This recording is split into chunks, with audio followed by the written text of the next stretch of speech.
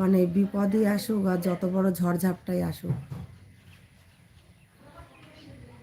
মানে সহ্য করার ক্ষমতাটা দিও ভগবানকে বলি। সবাই ভালো থাকুক বাবা, এইসব করে যেন না মরে যায়। কি হলো মেয়েটার বলো, আজ বাচ্চাটা অনাথ হয়ে গেল। বাবাটা আবার বিয়ে করবে, আবার বউ চলে আসবে, এবার বাচ্চাটার কি হবে? ওর বাবা যাকে বিয়ে করবে সেই পরের মেয়ে যদি নিয়ে ওই ছেলেকে না মেনে নেয়, মেনে নিলে তো উত্তম কথা, আর যদি না মেনে নেয় এবার বাচ্চাটার কি হবে? নিজের মা মারা গেল, এবার বাবা আর একটা বিয়ে করলো, এবার বাচ্চাটার ভবিষ্যৎ কী হবে?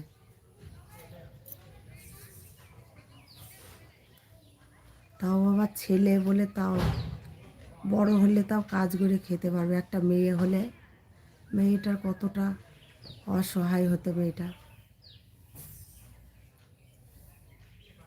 বলো, ছেলে হোক আর মেয়েই হোক।